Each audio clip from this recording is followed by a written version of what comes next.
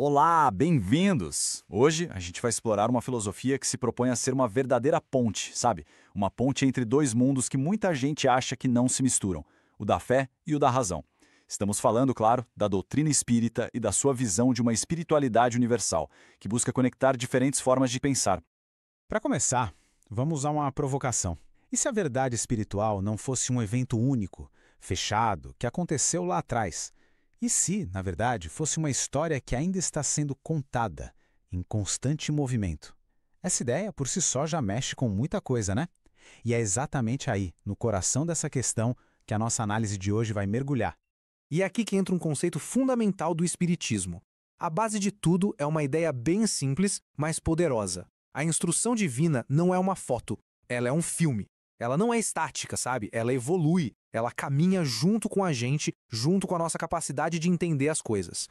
Pensa assim, a história espiritual da humanidade é como se fosse uma grande escola divina. A gente não recebe toda a matéria de uma vez só, no primeiro dia de aula, certo? É um processo. A verdade não é uma caixa fechada entregue para um único povo, mas um ensinamento universal que vai se revelando conforme a gente amadurece. E a consequência disso é gigantesca. Significa que ninguém, nenhuma cultura, nenhuma religião é dona da verdade.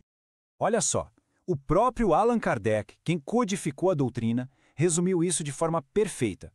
A mensagem é essa: cada verdade tem a sua hora, tem o seu lugar. Ela vem na medida certa para a nossa capacidade de entender. Exatamente como, sei lá, tentar ensinar cálculo para uma criança que mal aprendeu a somar. Não funciona. Tem que ser passo a passo. Ok, mas como é que essa escola divina funcionou na prática? Como essa história foi contada?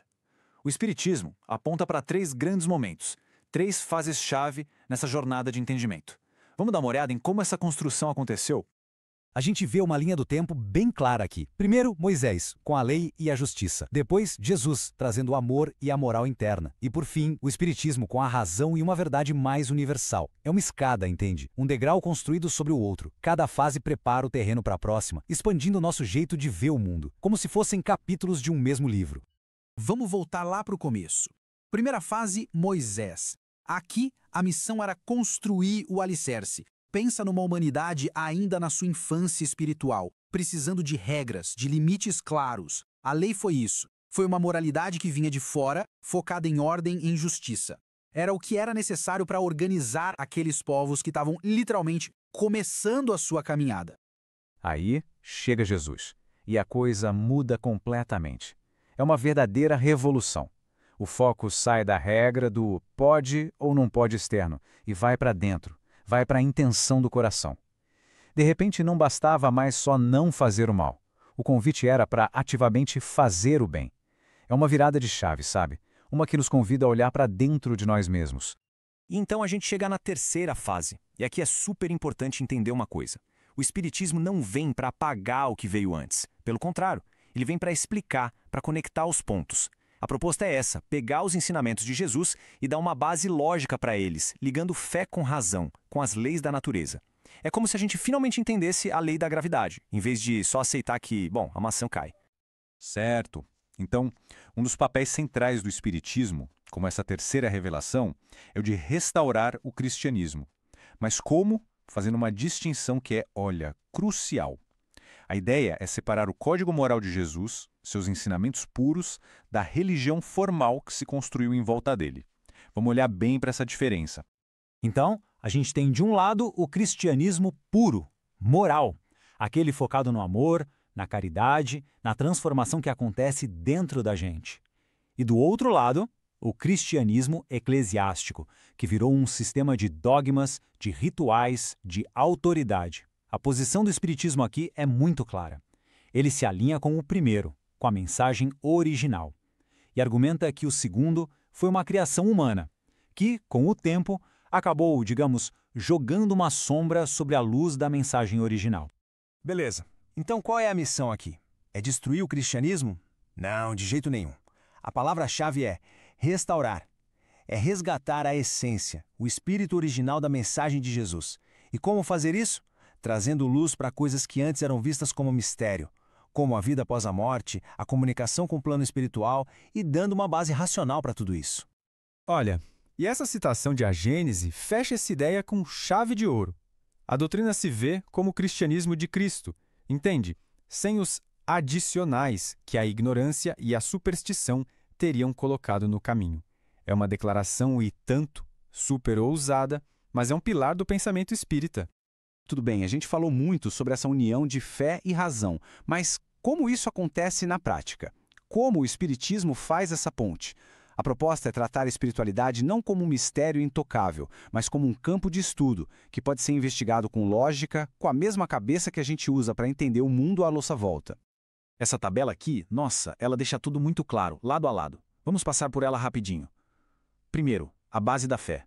No cristianismo institucional, temos o dogma, a fé cega. Já no espiritismo, falamos de fé raciocinada, aquela que pergunta, que quer entender. Depois, a figura de Jesus. De um fundador de religião, objeto de adoração, ele passa a ser um guia, um modelo moral para todos. E a revelação? Deixa de ser algo que aconteceu uma vez e acabou, para ser algo contínuo, universal. Agora, um ponto que é uma virada de chave, a salvação. Em vez de depender de rituais e crenças, ela passa a depender do esforço pessoal, da reforma íntima. E por último, o propósito. Sai a ideia de obediência e hierarquia e entra a busca pela evolução espiritual e pela fraternidade universal. É isso. Essa é a essência do que se chama de cristianismo racional. Com tudo isso, a gente entende melhor a proposta do Espiritismo, né? Ele não se coloca como mais uma religião, com suas próprias cercas e muros. A ideia é ser justamente o contrário. É ser uma plataforma universal. Aquela ponte que a gente falou no começo, sabe? Uma ponte que pode conectar pessoas de crenças diferentes através de princípios que são de todos.